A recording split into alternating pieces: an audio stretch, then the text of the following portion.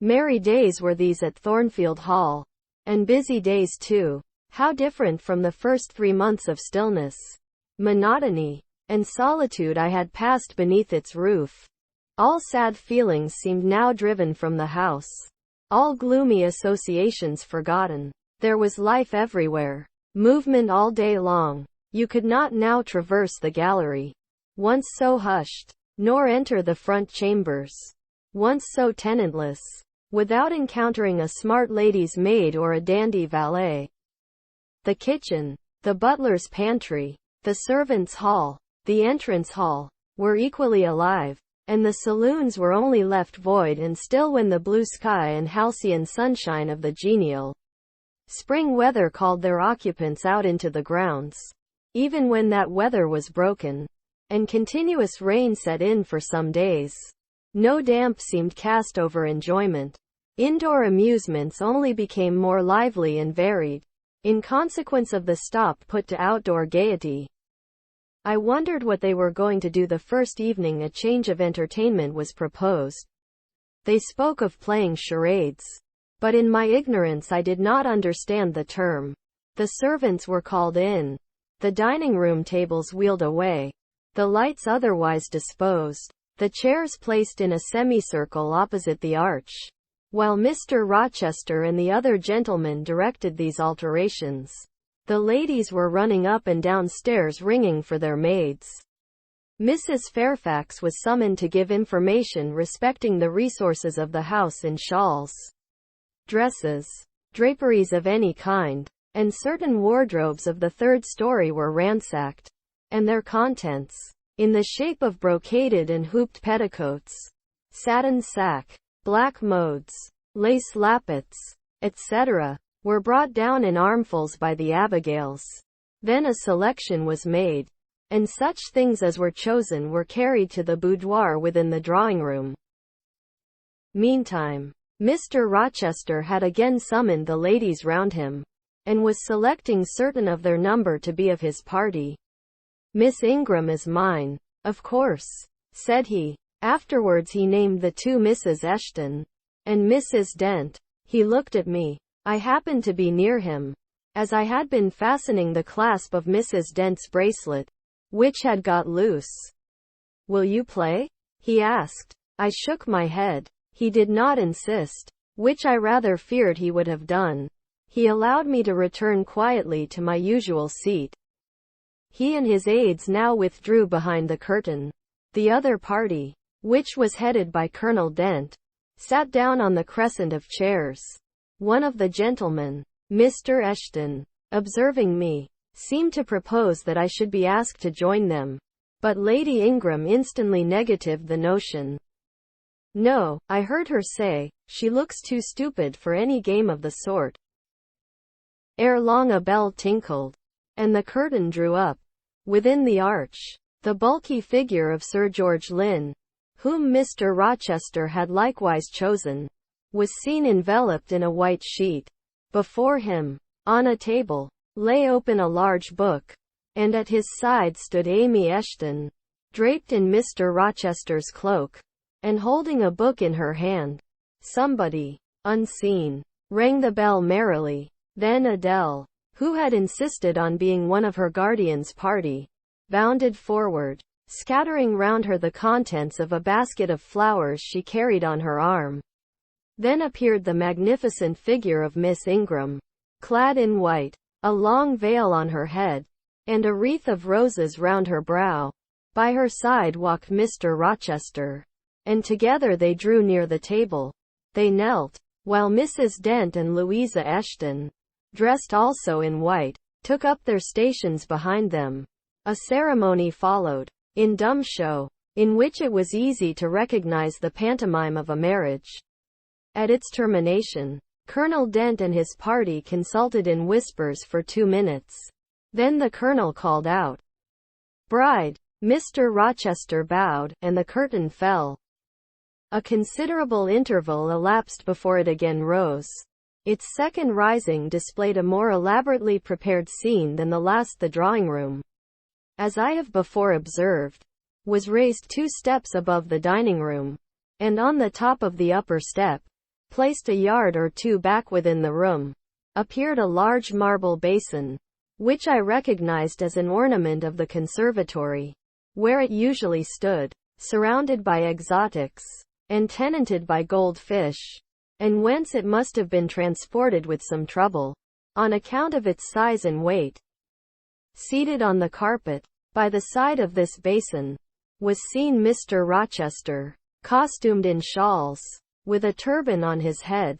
His dark eyes and swarthy skin and Paynim features suited the costume exactly. He looked the very model of an Eastern emir, an agent or a victim of the bowstring. Presently advanced into view Miss Ingram. She, too, was attired in Oriental fashion, a crimson scarf tied sash-like round the waist, an embroidered handkerchief knotted about her temples, her beautifully molded arms bare, one of them upraised in the act of supporting a pitcher, poised gracefully on her head. Both her cast of form and feature, her complexion and her general air, suggested the idea of some Israelitish princess of the patriarchal days, and such was doubtless the character she intended to represent. She approached the basin, and bent over it as if to fill her pitcher. She again lifted it to her head.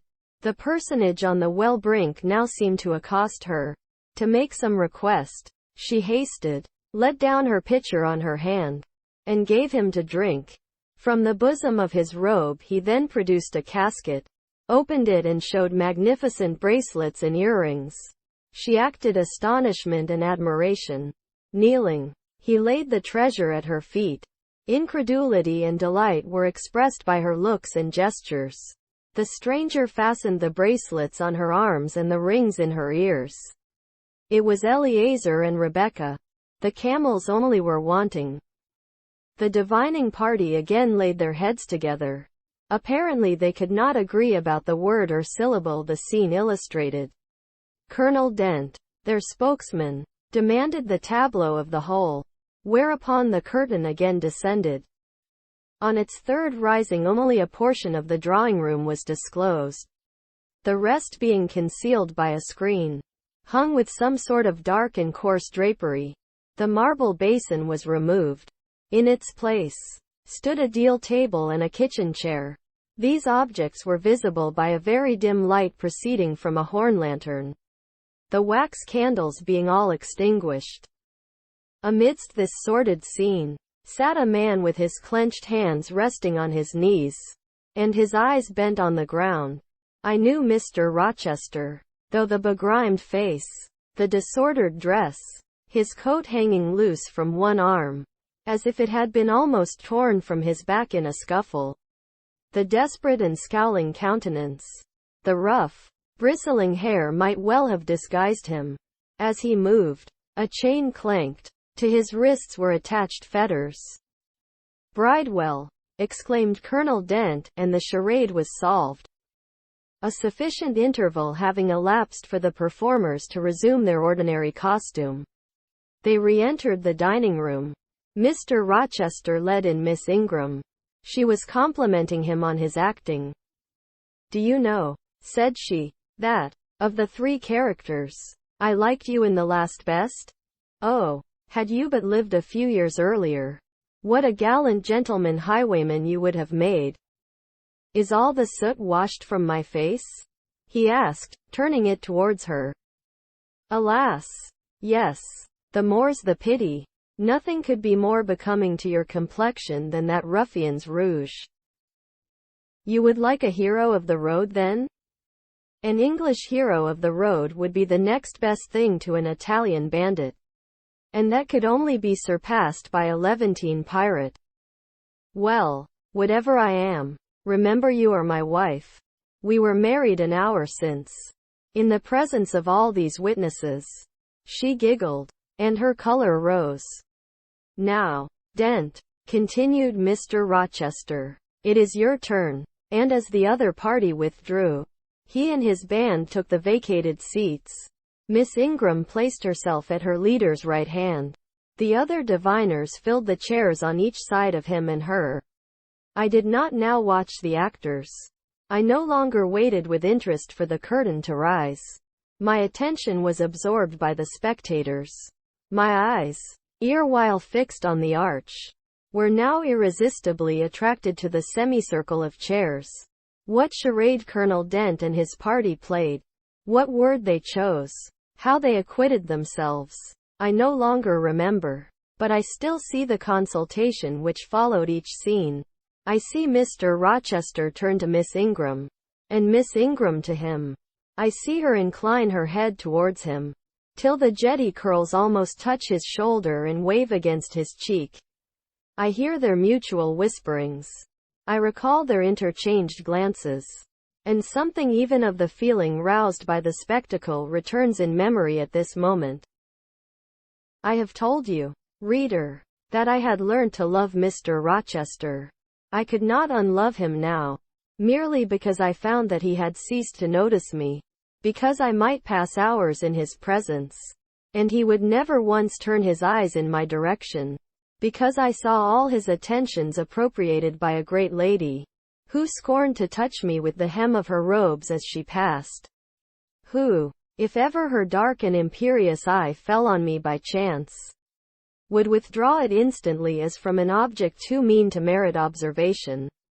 I could not unlove him, because I felt sure he would soon marry this very lady, because I read daily in her a proud security in his intentions respecting her, because I witnessed hourly in him a style of courtship which, if careless and choosing rather to be sought than to seek, was yet, in its very carelessness, captivating, and in its very pride, irresistible. There was nothing to cool or banish love in these circumstances, though much to create despair, much too, you will think, reader, to engender jealousy. If a woman, in my position, could presume to be jealous of a woman in Miss Ingram's, but I was not jealous, or very rarely. The nature of the pain I suffered could not be explained by that word. Miss Ingram was a mark beneath jealousy. She was too inferior to excite the feeling. Pardon the seeming paradox. I mean what I say. She was very showy, but she was not genuine. She had a fine person, many brilliant attainments, but her mind was poor, her heart barren by nature. Nothing bloomed spontaneously on that soil. No unforced natural fruit delighted by its freshness. She was not good. She was not original. She used to repeat sounding phrases from books. She never offered, nor had, an opinion of her own. She advocated a high tone of sentiment, but she did not know the sensations of sympathy and pity. Tenderness and truth were not in her. Too often she betrayed this by the undue vent she gave to a spiteful antipathy she had conceived against little Adele, pushing her away with some contumelious epithet if she happened to approach her, sometimes ordering her from the room, and always treating her with coldness and acrimony. Other eyes besides mine watched these manifestations of character, watched them closely, keenly, shrewdly. Yes, the future bridegroom, Mr. Rochester himself, exercised over his intended a ceaseless surveillance. And it was from this sagacity, this guardedness of his, this perfect, clear consciousness of his fair one's defects, this obvious absence of passion in his sentiments towards her, that my ever-torturing pain arose. I saw he was going to marry her, for family, perhaps political reasons, because her rank and connections suited him. I felt he had not given her his love, and that her qualifications were ill adapted to win from him that treasure. This was the point. This was where the nerve was touched and teased. This was where the fever was sustained and fed. She could not charm him. If she had managed the victory at once, and he had yielded and sincerely laid his heart at her feet, I should have covered my face, turned to the wall, and, figuratively, have died to them. If Miss Ingram had been a good and noble woman, endowed with force, fervor, kindness, sense, I should have had one vital struggle with two tigers, jealousy and despair. Then, my heart torn out and devoured, I should have admired her, acknowledged her excellence, and been quiet for the rest of my days. And the more absolute her superiority, the deeper would have been my admiration, the more truly tranquil my quiescence. But as matters really stood, to watch Miss Ingram's efforts at fascinating Mr. Rochester, to witness their repeated failure, herself unconscious that they did fail, vainly fancying that each shaft launched hit the mark, and infatuatedly pluming herself on success, when her pride and self-complacency repelled further and further what she wished to allure. To witness this was to be at once under ceaseless excitation and ruthless restraint. Because, when she failed, I saw how she might have succeeded. Arrows that continually glanced off from Mr. Rochester's breast and fell harmless at his feet, might, I knew, if shot by a surer hand, have quivered keen in his proud heart, have called love into his stern eye, and softness into his sardonic face. Or, better still, without weapons a silent conquest might have been won. Why can she not influence him more, when she is privileged to draw so near to him? I asked myself. Surely she cannot truly like him, or not like him with true affection.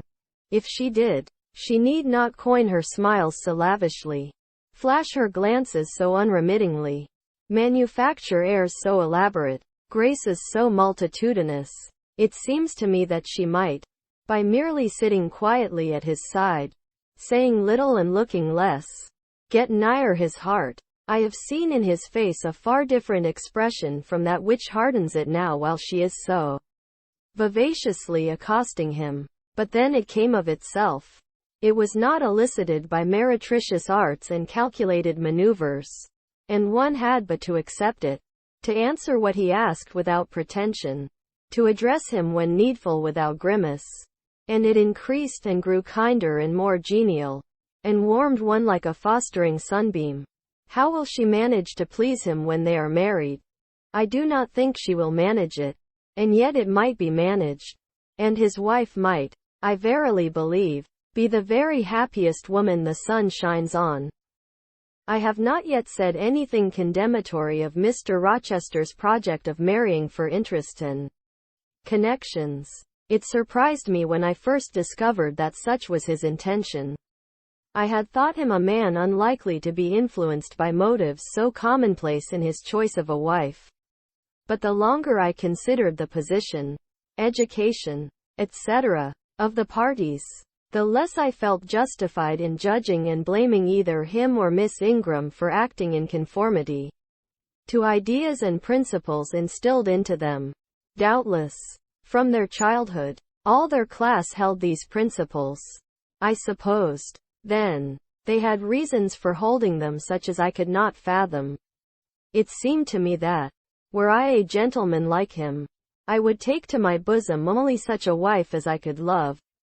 But the very obviousness of the advantages to the husband's own happiness offered by this plan convinced me that there must be arguments against its general adoption of which I was quite ignorant. Otherwise I felt sure all the world would act as I wished to act.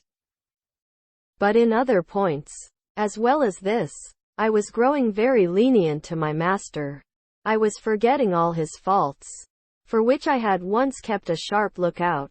It had formerly been my endeavor to study all sides of his character, to take the bad with the good, and from the just weighing of both, to form an equitable judgment. Now I saw no bad. The sarcasm that had repelled, the harshness that had startled me once, were only like keen condiments in a choice dish. Their presence was pungent, but their absence would be felt as comparatively insipid. And as for the vague something, was it a sinister or a sorrowful, a designing or a desponding expression, that opened upon a careful observer, now and then, in his eye, and closed again before one could fathom the strange depth partially disclosed. That something which used to make me fear and shrink, as if I had been wandering amongst volcanic-looking hills, and had suddenly felt the ground quiver and seen it gape. That something, I, at intervals, beheld still, and with throbbing heart, but not with palsied nerves. Instead of wishing to shun, I longed only to dare, to divine it, and I thought Miss Ingram happy, because one day she might look into the abyss at her leisure, explore its secrets and analyze their nature. Meantime, while I thought only of my master and his future bride, saw only them, heard only their discourse, and considered only their movements of importance, the rest of the party were occupied with their own separate interests and pleasures. The ladies Lynn and Ingram continued to consort in solemn conferences, where they nodded their two turbans at each other, and held up their four hands in confronting gestures of surprise, or mystery, or horror, according to the theme on which their gossip ran, like a pair of magnified puppets. Mild Mrs. Dent talked with good-natured Mrs. Eshton, and the two sometimes bestowed a courteous word or smile on me. Sir George Lynn, Colonel Dent, and Mr. Eshton discussed politics, or county affairs, or justice business. Lord Ingram flirted with Amy Eshton. Louisa played and sang to and with one of the Messrs. Lynn, and Mary Ingram listened languidly to the gallant speeches of the other. Sometimes all, as with one consent, suspended their by-play to observe and listen to the principal actors. For, after all, Mr. Rochester and, because closely connected with him, Miss Ingram were the life and soul of the party. If he was absent from the room an hour, a perceptible dullness seemed to steal over the spirits of his guests, and his re-entrance was sure to give a fresh impulse to the vivacity of conversation. The want of his animating influence appeared to be peculiarly felt one day that he had been summoned to Millcote on business, and was not likely to return till late. The afternoon was wet. A walk the party had proposed to take to see a gypsy camp, lately pitched on a common beyond Hay, was consequently deferred. Some of the gentlemen were gone to the stables. The younger ones, together with the younger ladies, were playing billiards in the billiard room. The dowagers Ingram and Lynn sought solace in a quiet game at cards.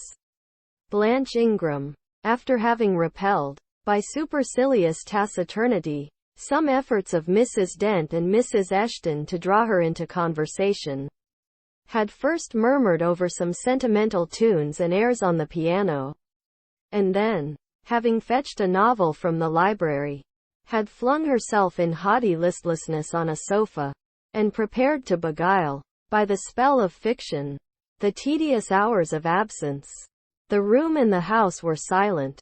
Only now and then the merriment of the billiard players was heard from above. It was verging on dusk, and the clock had already given warning of the hour to dress for dinner, when little Adele, who knelt by me in the drawing-room window-seat, suddenly exclaimed, "Voilà Monsieur Rochester, qui revient." I turned, and Miss Ingram darted forwards from her sofa. The others, too, looked up from their several occupations, for at the same time a crunching of wheels and a splashing tramp of horse-hoofs became audible on the wet gravel. A post-chaise was approaching. "What can possess him to come home in that style?" said Miss Ingram. "He rode Mesrour, the black horse, did he not, when he went out, and Pilot was with him? What has he done with the animals?" As she said this, she approached her tall person and ample garments so near the window, that I was obliged to bend back almost to the breaking of my spine. In her eagerness she did not observe me at first, but when she did, she curled her lip and moved to another casement. The post-chaise stopped. The driver rang the door-bell, and a gentleman alighted attired in traveling garb. But it was not Mr. Rochester. It was a tall, fashionable-looking man, a stranger. "How provoking!" exclaimed Miss Ingram. "You tiresome monkey!" apostrophizing Adele. "Who perched you up in the window to give false intelligence?" And she cast on me an angry glance, as if I were in fault. Some parleying was audible in the hall, and soon the newcomer entered. He bowed to Lady Ingram, as deeming her the eldest lady present. It appears I come at an inopportune time. Madam, said he, when my friend, Mr. Rochester, is from home. But I arrive from a very long journey, and I think I may presume so far on old and intimate acquaintance as to install myself here till he returns. His manner was polite. His accent, in speaking, struck me as being somewhat unusual. Not precisely foreign, but still not altogether English. His age might be about Mr. Rochester's, between 30 and 40. His complexion was singularly sallow. Otherwise he was a fine-looking man. At first sight especially. On closer examination, you detected something in his face that displeased, or rather that failed to please. His features were regular, but too relaxed. His eye was large and well cut, but the life looking out of it was a tame, vacant life. At least so I thought. The sound of the dressing bell dispersed the party. It was not till after dinner that I saw him again. He then seemed quite at his ease. But I liked his physiognomy even less than before. It struck me as being at the same time unsettled and inanimate. His eye wandered, and had no meaning in its wandering. This gave him an odd look, such as I never remembered to have seen. For a handsome and not an unamiable-looking man, he repelled me exceedingly. There was no power in that smooth-skinned face of a full oval shape. No firmness in that aquiline nose and small cherry mouth. There was no thought on the low, even forehead. No command in that blank, brown eye. As I sat in my usual nook, and looked at him with the light of the girandoles on the mantelpiece beaming full over him, for he occupied an armchair drawn close to the fire, and kept shrinking still nearer, as if he were cold, I compared him with Mr. Rochester. I think, with deference be it spoken, the contrast could not be much greater between a sleek gander and a fierce falcon, between a meek sheep and the rough-coated keen-eyed dog, its guardian. He had spoken of Mr. Rochester as an old friend. A curious friendship theirs must have been. A pointed illustration, indeed, of the old adage that extremes meet. 2 or 3 of the gentlemen sat near him, and I caught at times scraps of their conversation across the room. At first I could not make much sense of what I heard, for the discourse of Louisa Eshton and Mary Ingram, who sat nearer to me, confused the fragmentary sentences that reached me at intervals. These last were discussing the stranger. They both called him a beautiful man. Louisa said he was a love of a creature, and she adored him, and Mary instanced his pretty little mouth, and nice nose, as her ideal of the charming. "And what a sweet-tempered forehead he has," cried Louisa. "So smooth. None of those frowning irregularities I dislike so much. And such a placid eye and smile." And then, to my great relief, Mr. Henry Lynn summoned them to the other side of the room, to settle some point about the deferred excursion to Hay Common. I was now able to concentrate my attention on the group by the fire, and I presently gathered that the newcomer was called Mr. Mason.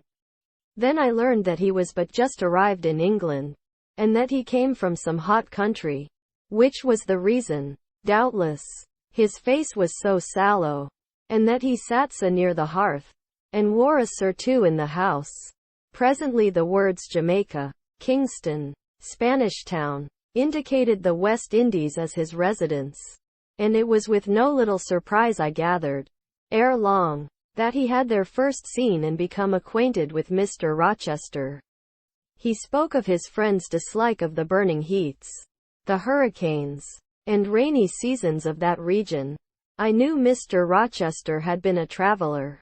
Mrs. Fairfax had said so, but I thought the continent of Europe had bounded his wanderings.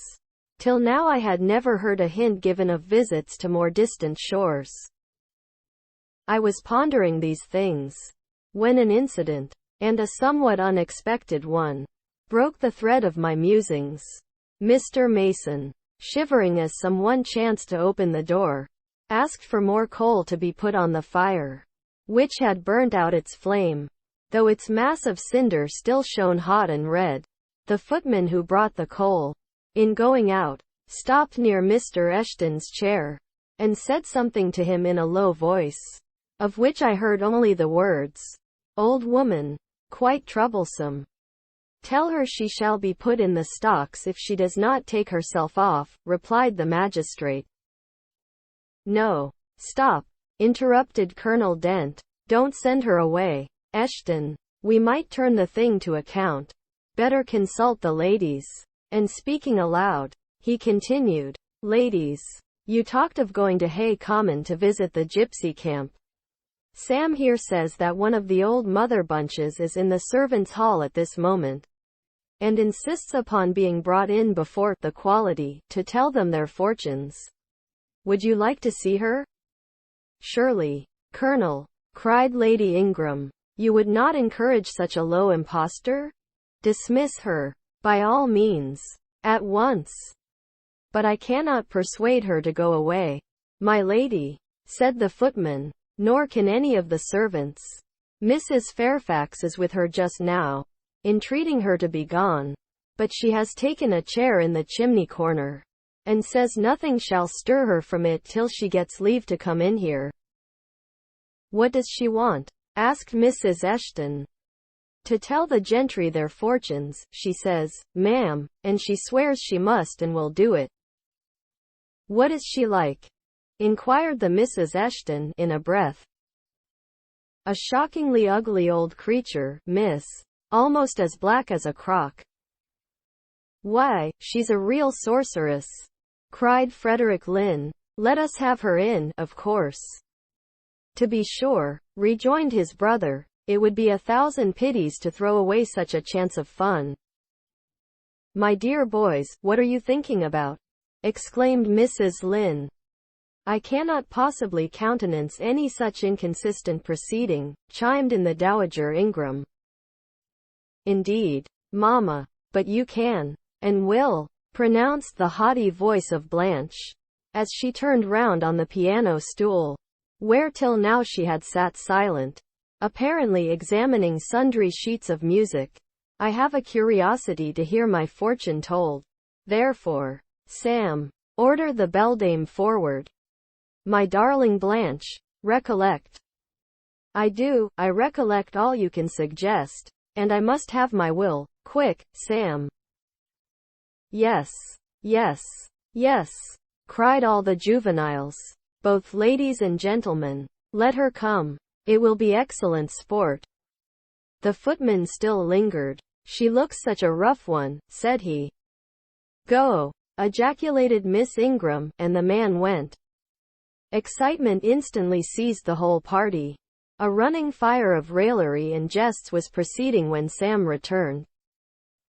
"She won't come now," said he. "She says it's not her mission to appear before the vulgar herd.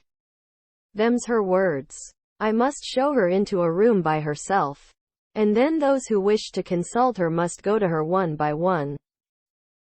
"You see now, my queenly Blanche," began Lady Ingram, "she encroaches. Be advised, my angel girl, and show her into the library." "Of course," cut in the angel girl. "It is not my mission to listen to her before the vulgar herd either. I mean to have her all to myself." "Is there a fire in the library?" "Yes, ma'am, but she looks such a tinkler." "Cease that chatter, blockhead, and do my bidding." Again Sam vanished, and mystery, animation, expectation rose to full flow once more. "She's ready now," said the footman, as he reappeared. "She wishes to know who will be her first visitor. I think I had better just look in upon her before any of the ladies go," said Colonel Dent. "Tell her, Sam, a gentleman is coming." Sam went and returned. "She says, sir, that she'll have no gentleman. They need not trouble themselves to come near her. Nor," he added, with difficulty suppressing a titter, "any ladies either, except the young and single." "By Jove, she has taste!" exclaimed Henry Lynn. Miss Ingram rose solemnly. I go first, she said, in a tone which might have befitted the leader of a forlorn hope, mounting a breach in the van of his men. Oh, my best. Oh, my dearest. Pause. Reflect, was her mamma's cry, but she swept past her in stately silence, passed through the door which Colonel Dent held open, and we heard her enter the library. A comparative silence ensued. Lady Ingram thought it Lascelles to wring her hands, which she did accordingly. Miss Mary declared she felt, for her part, she never dared venture. Amy and Louisa Eshton tittered under their breath, and looked a little frightened. The minutes passed very slowly. 15 were counted before the library door again opened. Miss Ingram returned to us through the arch. Would she laugh? Would she take it as a joke? All eyes met her with a glance of eager curiosity, and she met all eyes with one of rebuff and coldness. She looked neither flurried nor merry. She walked stiffly to her seat, and took it in silence. Well, Blanche? Said Lord Ingram. What did she say, sister? Asked Mary. What did you think? How do you feel? Is she a real fortune-teller? Demanded the Mrs. Eshton. Now, good people, returned Miss Ingram, don't press upon me. Really your organs of wonder and credulity are easily excited. You seem, by the importance of you all, my good mamma included, ascribed to this matter, absolutely to believe we have a genuine witch in the house, who is in close alliance with the old gentleman. I have seen a gypsy vagabond. She has practiced in hackneyed fashion the science of palmistry and told me what such people usually tell. My whim is gratified, and now I think Mr. Eshton will do well to put the hag in the stocks tomorrow morning, as he threatened. Miss Ingram took a book, leant back in her chair, and so declined further conversation. I watched her for nearly half an hour. During all that time she never turned a page, and her face grew momently darker, more dissatisfied, and more sourly expressive of disappointment. She had obviously not heard anything to her advantage, and it seemed to me, from her prolonged fit of gloom and taciturnity, that she herself, notwithstanding her professed indifference, attached undue importance to whatever revelations had been made her. During all that time she never turned a page. Meantime, Mary Ingram, Amy and Louisa Eshton declared they dared not go alone, and yet they all wished to go. A negotiation was opened through the medium of the ambassador, Sam, and after much pacing to and fro, till, I think, the said Sam's calves must have ached with the exercise, permission was at last, with great difficulty, extorted from the rigorous Sibyl, for the three to wait upon her in a body. Their visit was not so still as Miss Ingram's had been. We heard hysterical giggling and little shrieks proceeding from the library, and at the end of about 20 minutes they burst the door open, and came running across the hall, as if they were half scared out of their wits. I am sure she is something not right, they cried, one and all. She told us such things. She knows all about us. And they sank breathless into the various seats the gentlemen hastened to bring them. Pressed for further explanation, they declared she had told them of things they had said and done when they were mere children. Described books and ornaments they had in their boudoirs at home, keepsakes that different relations had presented to them. They affirmed that she had even divined their thoughts, and had whispered in the ear of each the name of the person she liked best in the world, and informed them of what they most wished for. Here the gentleman interposed with earnest petitions to be further enlightened on these two last named points, but they got only blushes, ejaculations, tremors, and titters, in return for their importunity.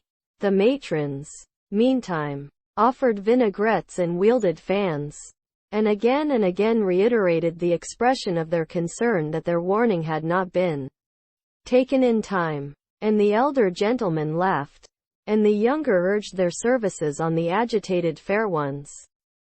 In the midst of the tumult, and while my eyes and ears were fully engaged in the scene before me, I heard a hem close at my elbow. I turned, and saw Sam. "If you please, miss. The gypsy declares that there is another young single lady in the room who has not been to her yet, and she swears she will not go till she has seen all. I thought it must be you. There is no one else for it. What shall I tell her?" "Oh, I will go by all means," I answered, and I was glad of the unexpected opportunity to gratify my much excited curiosity. I slipped out of the room, unobserved by any eye, for the company were gathered in one mass about the trembling trio just returned, and I closed the door quietly behind me. "If you like, miss," said Sam, "I'll wait in the hall for you. And if she frightens you, just call and I'll come in." "No, Sam. Return to the kitchen. I am not in the least afraid." Nor was I, but I was a good deal interested and excited.